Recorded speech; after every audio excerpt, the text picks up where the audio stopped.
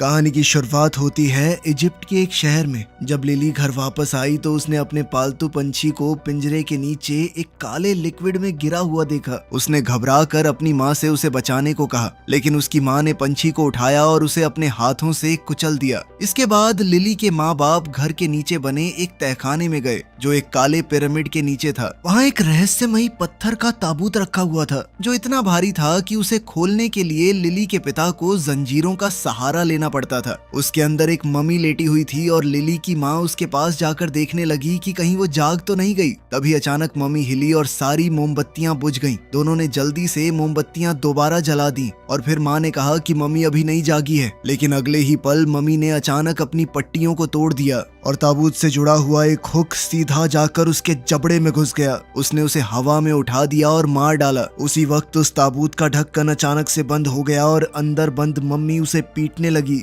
इस घटना के कुछ समय बाद हम चार्ली और लाइसा को इजिप्ट में देखते हैं जो अपने बच्चों के साथ यहाँ छुट्टियां मनाने आए थे। दोनों भागते हुए बाहर आए और देखा कि बच्चे लड़ रहे थे। उन्होंने तुरंत उन्हें अलग किया और पता चला कि सेबास्टियन ने केटी की डॉल बालकनी से नीचे फेंक दी थी, जिस वजह से वो टूट गई थी। लिसा को काम पर जाना था, इसलिए चार्ली ने टेप लगाकर डॉल को ठीक किया और वादा किया कि बाद में उसे किसी अच्छी दुकान पर ले जाएगा। लेकिन केटी अब भी गुस्से में थी क्योंकि सेबास्टियन को इस हरकत के लिए डांट नहीं पड़ी थी। उसे लगने लगा कि उसके माँ बाप सेबास्टियन को ज्यादा पसंद करते हैं। अपने पिता से बहस करने के बाद केटी बगीचे में खेलने चली गई। वहाँ उसने फेंस के पीछे एक औरत को खड़ा देखा। पहले उसे लगा कि वो उसकी दोस्त लिली है, लेकिन उस औरत ने कहा कि वो लिली की माँ है। उसने फूलों के साथ एक छोटा सा कारनामा दिखाया और केटी को उसकी पसंदीदा कैंडी भी दी। मगर केटी थोड़ी घबरा गई और कहने लगी कि उसे घर लौटना चाहिए। तब लिली की माँ ने उसे अपने बगीचे का एक फल दे दिया। इसी दौरान चार्ली को फोन आया और पता चला कि उसे अमेरिका में एक नई नौकरी मिल गई है। लेकिन जब वो मुड़ा तो उसकी नजर केटी के डॉल हाउस पर पड़ी और उसे कुछ अजीब लगा। उसने डॉल हाउस का दरवाजा खोला तो अंदर बहुत सारे कैंडी के रैपर्स पड़े हुए थे। हैरानी की बात ये थी कि ना उसने और ना ही लिसा ने बच्चों को कोई भी कैंडी दी थी। तो चार्ली ने सेबास्टियन से पूछा कि ये रैपर्स कहाँ से आए। इस पर सेबास्टियन ने बताया कि केटी की एक दोस्त है, वो उसे गार्डन में मिलने आती है, उसी ने दिए थे ये।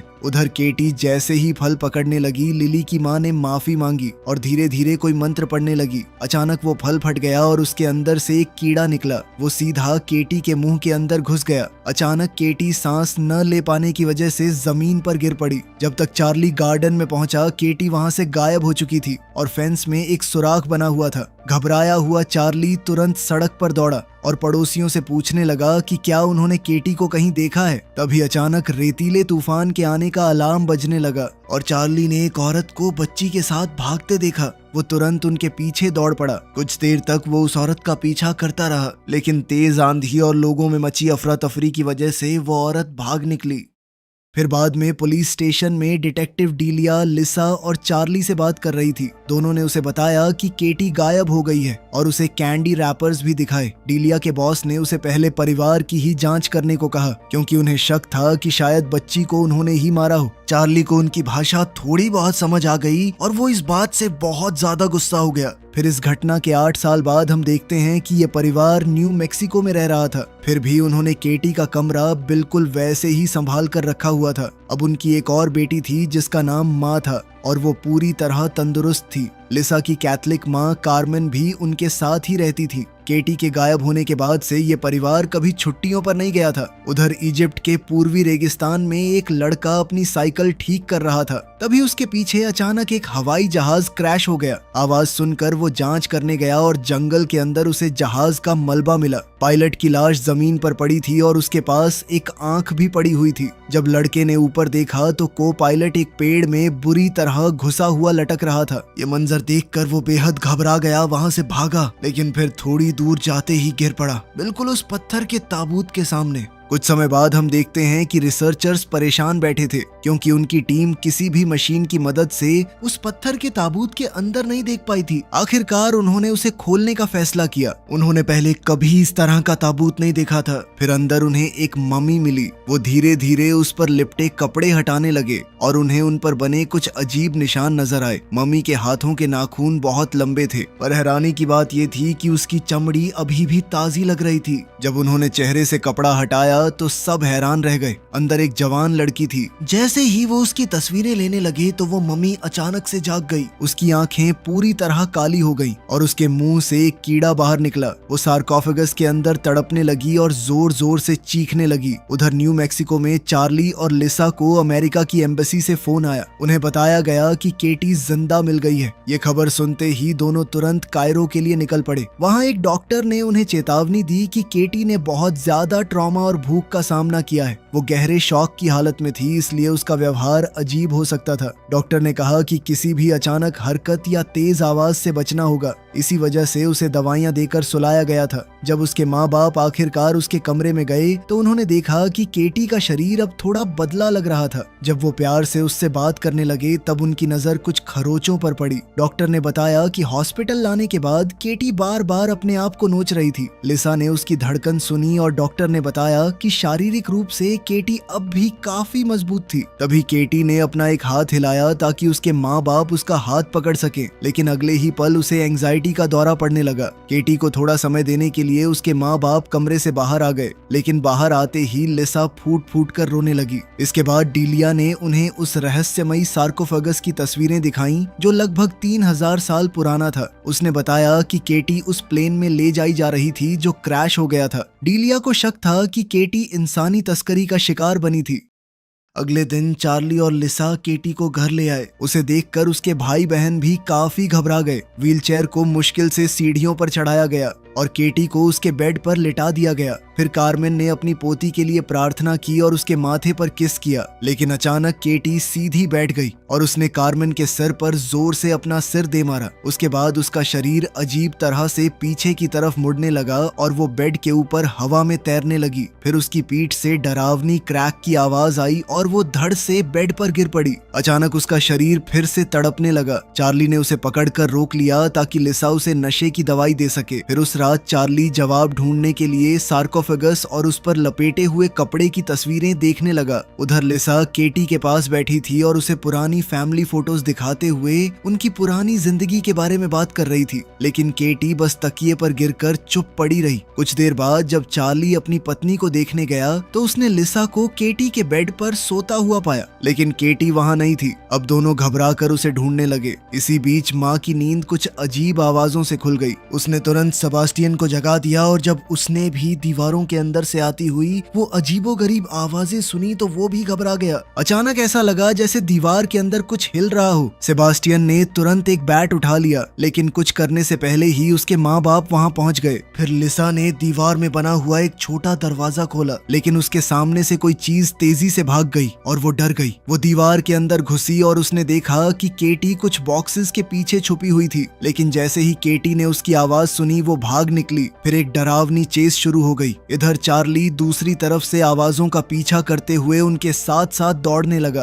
तभी दीवार पर एक बिच्छू रेंगता हुआ नजर आया। केटी ने तुरंत हाथ बढ़ाकर उसे पकड़ लिया और सबके सामने उसे खाना शुरू कर दिया। शोर सुनकर माँ और सेबास्टियन भी वहाँ पहुँच गए। वो बिल्कुल ऐन वक्त पर केटी के कमरे में आए और देखा कि केटी दीवार के अंदर से बाहर निकल रही थी, जबकि उसके माँ बाप उसे संभालने की कोशिश कर रहे थे। लिसा ने हिम्मत करके केटी के मुंह के अंदर हाथ डाला और बिच्छू को बाहर खींच निकाला, जिसके बाद केटी ने अजीब सी हरी उल्टी कर दी। फिर अगले दिन चार्ली बच्चों को स्कूल ले जाने लगा, लेकिन उसने देखा कि घर के दरवाजे के सामने बहुत सारे भेड़िए खड़े थे। उन्हें हटाने के लिए उसे कई बार हॉर्न बजाना पड़ा, तब जाकर वो रास्ते से हटे। फिर स्कूल पहुंचने के बाद चार्ली ने माँ से कहा कि फिलहाल केटी के बारे में किसी को कुछ न बताए। तब सेबास्टियन फिर पूछने लगा कि उसकी बहन के साथ असल में हुआ क्या था, लेकिन चार्ली ने कबूल किया कि उसे खुद भी इसका जवाब नहीं पता। उधर घर पर कार्मेन केटी के बाल कंघी कर रही थी, लेकिन उसके बाल लगातार झड़ रहे थे। वहीं लिसा उसके नाखून काट रही थी। तभी लिसा को एक अजीब सी आवाज सुनाई दी। जब उसने ध्यान से देखा तो वो डर गई, क्योंकि केटी के पैरों के जो नाखून अभी काटे गए थे वो उसके मुंह के अंदर दोबारा नजर आ रहे थे।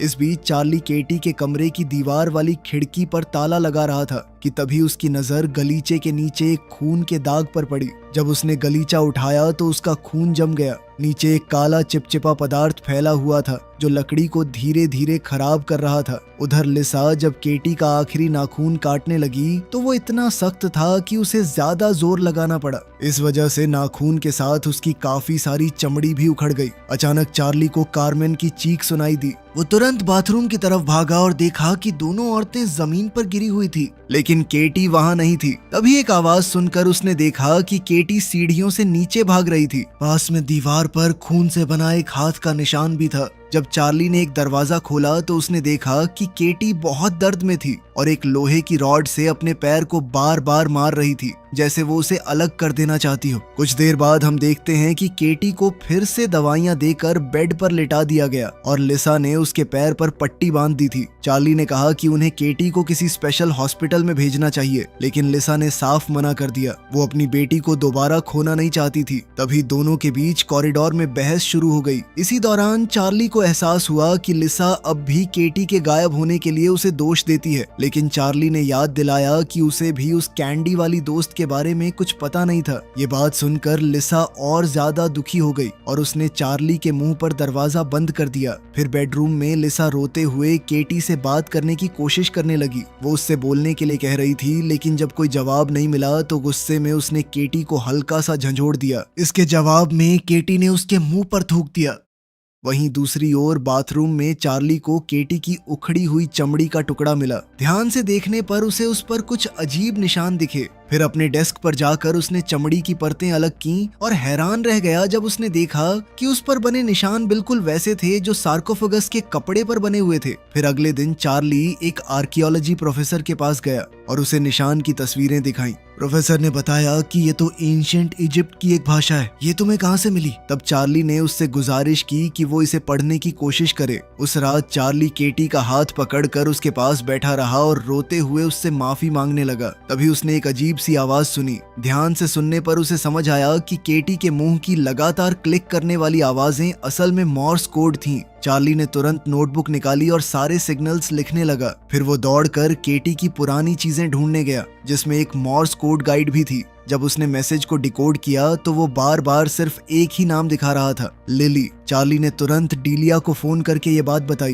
डीलिया ने पूछा कि क्या उनके किसी दोस्त या जान पहचान वाले का नाम लिली था या फिर कभी उस नाम की किसी लड़की ने उनसे संपर्क किया था। ये सुनकर चार्ली को कुछ याद आया। उसने पुराने लेटर्स और कार्ड्स से भरा एक बॉक्स खोला और उसमें उसे एक कार्ड मिला जिस पर कैंडी की ड्राइंग बनी हुई थी। कार्ड के नीचे एक नाम लिखा था, लिली। इसी बीच माँ बाथरूम से बाहर आई और उसे केटी के कमरे से एक गाना सुनाई दिया। उसे लगा कि शायद ये आवाज उसकी बहन की है। जब उसने पूछा तो केटी ने मान लिया कि वो अब बोल सकती है, लेकिन उसने माँ से कहा कि फिलहाल ये बात किसी को न बताए। फिर अचानक केटी दरवाजे के पीछे से माँ की उंगलियों को चाटने लगी। ये देखकर माँ डर गई और भाग खड़ी हुई, लेकिन केटी ने कुछ काले जादू के शब्द फुसफुसाए और माँ एकदम से वहीं जम गई। कुछ ही पलों में माँ का शरीर हवा में उठने लगा और उसे सांस लेने में तकलीफ होने लगी। उनके घर की लाइट्स भी लगातार जल बुझ करने लगी और फिर माँ जोर से दरवाजे से टकरा गई। फिर अगली सुबह डीलिया को चार्ली से वो कार्ड मिला। उसने सिस्टम में सर्च किया, लेकिन उसे लिली नाम की कई लड़कियां मिली जिनका सरनेम कार्ड पर लिखे नाम से मिलता था। एक कोलीग की मदद से उसने पता लगाया कि वो कार्ड सिर्फ असवान के रेगिस्तान के बीच मौजूद एक छोटे से पोस्ट ऑफिस से भेजा गया हो सकता था। ये जगह उस प्लेन क्रैश की जगह के भी काफी करीब थी। वहाँ आसपास सिर्फ एक ही और चीज थी, एक नेक्टरीन के फलों का खेत। अब रेगिस्तान के बीच ऐसा खेत होना काफी अजीब बात थी। फिर डीलिया ने केटी के किडनैपिंग वाले दिन की तस्वीरें दोबारा देखी और उसने जमीन पर पड़ा हुआ वो फल भी देख लिया। उधर चार्ली आर्कियोलॉजी प्रोफेसर से मिला। प्रोफेसर ने बताया कि वो अजीब लिखावट वाकई हायराटिक भाषा में थी और उसे एक मम्मी को बांधने वाले कपड़ों पर लिखा गया था। फिर उसने बताया कि उसमें एक नाम बार बार लिखा हुआ था, नास्मारानियन। फिर प्रोफेसर ने प्राचीन इजिप्शियन मॉन्स्टर्स पर हुई एक इंटरनेशनल लेक्चर की रिकॉर्डिंग चलाई। उस लेक्चर के मुताबिक नास्मारानियन एक बहुत पुराना राक्षस था जो परिवारों को बर्बाद कर देता था। वो एक इंसान से दूसरे इंसान में जाकर नफरत फैलाता था। उसे रोकने का सिर्फ एक ही तरीका था, वही शब्द जो उन प्राचीन बाइंडिंग्स पर लिखे गए थे। इन बाइंडिंग्स को उस व्यक्ति के शरीर पर लपेटा जाता था जो राक्षस के कब्जे में हो, ताकि नास्मारेनियन उसके अंदर ही कैद रहे। खैर, उधर स्कूल में हम देखते हैं कि माँ अचानक अपनी टीचर की बेइज्जती करने लगी थी। उसी वक्त घर पर केटी मुस्कुरा रही थी क्योंकि वो अपनी छोटी बहन को कंट्रोल कर रही थी।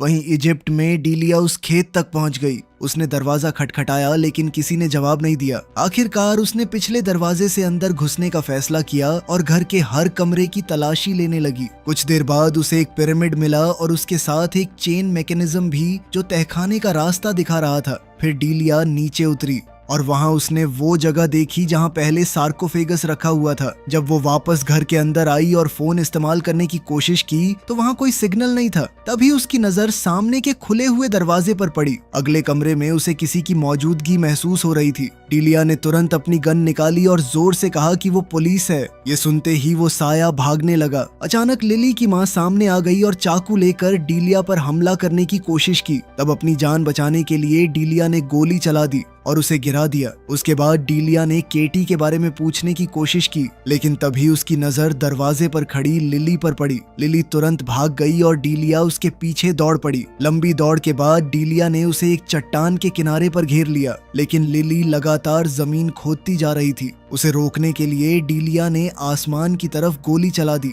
तब लिली ने अपने हाथ में पकड़ा हुआ एक बॉक्स दिखाया जो उसने अभी अभी जमीन के अंदर से निकाला था। जब डीलिया ने बॉक्स खोला तो उसे अंदर एक टेप मिली जिस पर केटी लिखा हुआ था। इसी बीच लिसा बाथटब भरने की कोशिश कर रही थी, लेकिन नल से साफ पानी की जगह काला पानी निकलने लगा। घबराकर वो तुरंत बेसमेंट में गई ताकि पूरा पानी का सिस्टम बंद कर सके। वहां उसे पाइप्स के अंदर से कुछ अजीब आवाजें भी सुनाई दी। साथ ही उसकी नजर चार्ली के लाए हुए कार्ड्स और कागजों पर भी पड़ी। उधर चार्ली बच्चों को स्कूल से लेकर घर लौट रहा था। रास्ते भर माँ बार बार वही बुरी गालियां दोहरा रही थी जो उसने पहले बोली थी। तब चार्ली ने सेबास्टियन से कहा कि वो अपनी माँ को स्कूल में हुई बात के बारे में कुछ न बताए। वहीं घर पर कार्मेन केटी के कमरे में बैठी प्रार्थना कर रही थी। अचानक केटी ने उसका हाथ काट लिया और उस पर झपट पड़ी। फिर केटी ने कहा कि वो चाहे तो उसका दिल धड़कना बंद कर सकती है। ये सुनकर कार्मेन ने उसे जोर से धक्का दिया और कमरे से भागने की कोशिश की, लेकिन केटी ने अपनी ताकत से दरवाजा बंद कर दिया। जब कार्मेन पलट कर देखती है तो केटी वहां से गायब थी और व्हीलचेयर अपने आप हिल रही थी। अगले ही पल केटी उसके पीछे नजर आई और उसने कार्मेन को जोर से गिरा दिया। वो इतनी जोर से गिरी कि उसके नकली दांत मुंह से बाहर आ गए। कार्मेन ने अपना जीसस का क्रूसिफिक्स पकड़ा और दोबारा प्रार्थना करने लगी, लेकिन केटी हंसने लगी और अपनी शक्ति से माला को ही कार्मेन के गले में कस दिया। फिर उसने वहशी आवाज में कहा कि मरना काफी मजेदार होता है। इतना कहकर उसने कार्मेन को खिड़की से बाहर फेंक दिया। कुछ देर बाद चार्ली और बच्चे घर पहुंचे और उन्होंने देखा कि वो भेड़िए अब नहीं है यहाँ पे। तभी कार्मेन सीधा उनकी गाड़ी के बोनट पर आकर गिरी। माँ ये देखकर हंसने लगी, जबकि चार्ली तुरंत कार्मेन की मदद के लिए भागा, लेकिन उसी वक्त एक भेड़िया गाड़ी के दरवाजे के पास आ गया। उधर लीसा जब केटी के कमरे में गई तो उसने देखा कि केटी आराम से बेड पर सो रही थी, लेकिन जब उसने खिड़की से बाहर देखा तो उसका खून जम गया। बाहर भेड़िए उसकी माँ के शरीर को नोचकर खा रहे थे। वहीं दूसरी ओर पुलिस स्टेशन में डीलिया ने टेप चलाई। वीडियो में लिली की मां नजर आई। वो कह रही थी कि एक मासूम बच्चा सबसे बेहतर होता है क्योंकि उसका शरीर ज्यादा देर तक टिकता है, लेकिन जरूरत पड़े तो कोई भी इंसान काम आ सकता है। उसके बाद वीडियो में प्राचीन भाषा के कुछ शब्द और एक अजीब सा काला जादू दिखाया गया। डीलिया ने लिली से पूछा कि इस टेप का मतलब क्या है। जब लिली ने जवाब नहीं दिया तो डीलिया ने उसे झंझोड़ दिया। तब लिली ने अपना मुंह खोला और दिखाया कि उसकी जुबान काट दी गई थी। डीलिया ने पूछा कि क्या ये उसकी माँ ने किया था, तो लिली ने हाँ में सिर हिला दिया। फिर काफी मुश्किल से लिली ने समझाया कि एक बार उसने सच बताने की कोशिश की थी और सजा के तौर पर उसकी जुबान काट दी गई। उसने ये भी बताया कि केटी को सार्कोफेगस से बाहर नहीं होना चाहिए था। जब डीलिया ने और जानकारी मांगी तो लिली ने सब कुछ लिखकर बता दिया। सब पढ़ने के बाद डीलिया ने तुरंत चार्ली को फोन करने की कोशिश की, लेकिन उसने कॉल नहीं उठाया। उधर कार्मेन के अंतिम संस्कार के दौरान माँ अपना दांत खींचती रही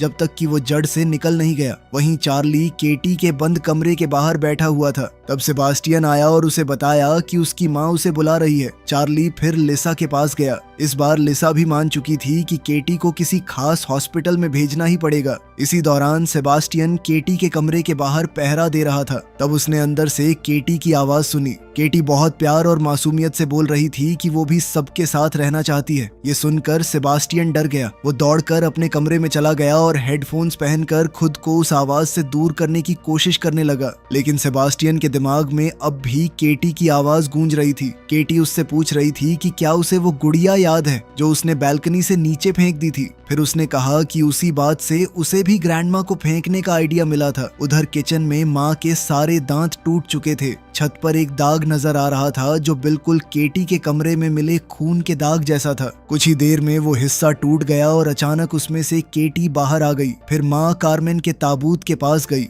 और उसके मुंह से एक धागा खींचने लगी। धागा खींचते ही कार्मेन का मुंह खुल गया। जब माँ ने अपने माँ बाप की तरफ मुस्कुरा कर देखा तो उसके मुंह में कार्मेन के दांत लगे हुए थे। तभी एक आदमी गलती से उससे टकरा गया तो माँ अचानक उस पर टूट पड़ी और उसकी गर्दन पर झपटने लगी। जब आसपास के लोग उसे रोकने की कोशिश कर रहे थे तब केटी छत पर रेंगती हुई ताबूत के ऊपर पहुंच गई। फिर वो सीधा ताबूत में कूद गई और कार्मेन पर टूट पड़ी। ये देखकर लिसा घबरा गई और केटी को बाहर खींचने के लिए दौड़ी, लेकिन ताबूत का स्टैंड टूट गया और दोनों शरीर बाहर गिर पड़े। उसी पल माँ होश में वापस आ गई, जबकि केटी कार्मेन के जख्मों से बह रहा खून चाटने लगी। फिर अंतिम संस्कार खत्म होने के बाद केटी को व्हीलचेयर से बांध दिया गया और उसके कमरे की खिड़की भी सील कर दी गई। अब चार्ली उसके कमरे में बैठकर उस पर नजर रखने लगा, लेकिन इससे भी केटी की शक्तियां नहीं रुकी। वो बार बार सेबास्टियन को अपना सर बेड से टकराने पर मजबूर कर रही थी। उधर लिसा सामान पैक कर रही थी और माँ लगातार उसे बुरा भला कह रही थी। वो कह रही थी कि लिसा एक बुरी माँ है। तभी अचानक केटी की व्हीलचेयर हवा में उठने लगी और इसी दौरान घंटी बजी। दरवाजे पर डीलिया थी। वो अपने साथ वो टेप लाई थी और लिली की माँ ने जो कुछ कहा था उसका मतलब समझाने लगी। उसने बताया कि एक शरीर लंबे समय तक राक्षस को रोक नहीं सकता, इसलिए राक्षस को कैद रखने के लिए बार बार एक नया शरीर तैयार करना पड़ता है। जब से उनके परिवार को ये श्राप मिला था तब से 82 बार मम्मी बनाने वाला काला जादू किया जा चुका था। लिली की माँ ने ये वीडियो इसलिए रिकॉर्ड की थी ताकि आने वाली पीढ़ियां भी इस प्रक्रिया को जारी रख सकें। वीडियो में फिर केटी को सार्कोफेगस के ऊपर लटकाया हुआ दिखाया गया। उसके पास पिछली मम्मी भी रखी हुई थी। जैसे ही लिली की माँ मंत्र पढ़ने लगी, मम्मी जाग उठी। उसके मुंह से एक काला लिक्विड निकला जो उसने केटी के मुंह में थूक दिया। इसके बाद सब लोगों ने केटी को जादुई कपड़ों में लपेट दिया और उसे सार्कोफेगस में बंद कर दिया। डीलिया ने समझाया कि राक्षस को जमीन के नीचे कैद रखना होता है, लेकिन अब वो आजाद घूम रहा था।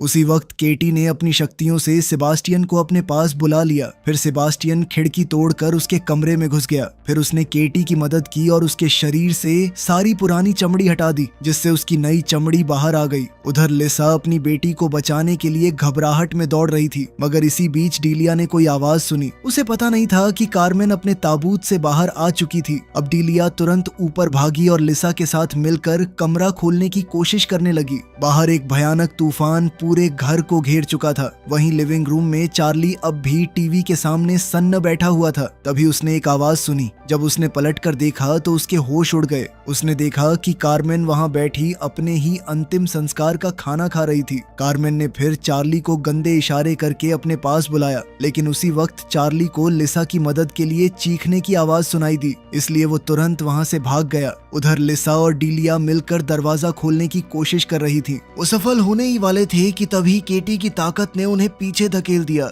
फिर कुछ पल बाद दरवाजा अपने आप खुलने लगा। जब दोनों ने अंदर देखा तो केटी अपने पूरे राक्षसी रूप में हवा में तैर रही थी। फिर केटी तुरंत चार्ली पर झपट पड़ी। उसने उसकी चमड़ी का एक टुकड़ा काट लिया, लेकिन बाकी लोगों ने उसे खींचकर पीछे हटा दिया। बदले में केटी ने डीलिया को जोर से धक्का दिया और वो सीढ़ियों से नीचे गिर गई। उसके बाद केटी ने अपनी माँ के सिर पर वार किया और फिर उसने चार्ली की चमड़ी निगलकर उसके भी कई बार सिर पर वार किया। लिसा चार्ली की मदद करना चाहती थी, लेकिन केटी ने दरवाजा बंद करके उसे सेबास्टियन के साथ कमरे में कैद कर दिया। अचानक सेबास्टियन ने बैट उठाकर लिसा पर हमला कर दिया। तब लिसा ने जमीन पर पड़ी एक ड्रग की सिरिंज उठाई और दीवार के अंदर बने रास्ते में छुप गई। फिर सेबास्टियन उसका पीछा करने लगा। जब सेबास्टियन का ध्यान भटका तो लिसा ने अचानक उसे ड्रग इंजेक्शन दे दिया। कुछ ही पलों में सेबास्टियन बेहोश हो गया। उधर नीचे डीलिया को होश तब आया जब कार्मेन ने उसकी गर्दन पर पैर रखा। फिर कार्मेन ने अपने मुंह से एक बिच्छू निकाला जो सीधा डीलिया के मुंह में जा गिरा।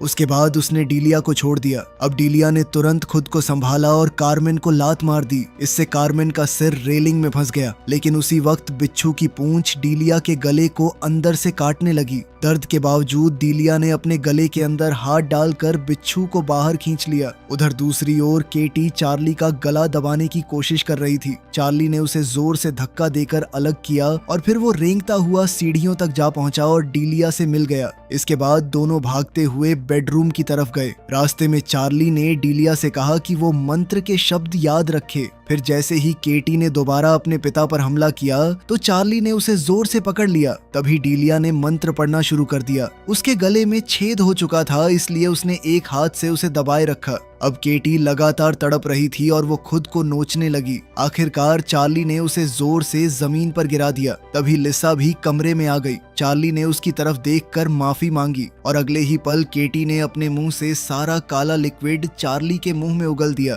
इसी के साथ राक्षस दूसरे शरीर में जा चुका था। चार्ली और केटी दोनों एक साथ जमीन पर गिर गए। वो दोनों एक दूसरे का हाथ पकड़े हुए थे। फिर कुछ देर बाद केटी को होश आया और इस बार उसने अपनी माँ को नॉर्मल आवाज में मॉम कहकर बुलाया। कुछ समय बाद हम देखते हैं कि चार्ली को तहखाने में एक ताबूत के अंदर बंद कर दिया गया था। अब बिल्कुल नॉर्मल दिख रही केटी ने उस ताबूत पर मॉर्स कोड के जरिए नॉक किया तो अंदर से चार्ली ने भी मॉर्स कोड में ही जवाब दिया। उसने अपने परिवार को बताया कि वो उनसे बहुत प्यार करता है। इसी बीच उन्हें पता चला कि लिली की माँ अब भी जिंदा है और वो हॉस्पिटल में भर्ती है। फिर एक दिन दोपहर को लिसा उससे मिलने आई। उसने चुपके से उसे नशे का इंजेक्शन दे दिया। फिर डीलिया व्हीलचेयर पर बैठे चार्ली को लेकर आई और तीनों ने मिलकर राक्षस को लिली की माँ के अंदर भेजने का जादू शुरू कर दिया। तो आपके हिसाब से क्या उन्होंने सही किया? कमेंट्स में जरूर बताना। मिलते हैं अगली वीडियो में।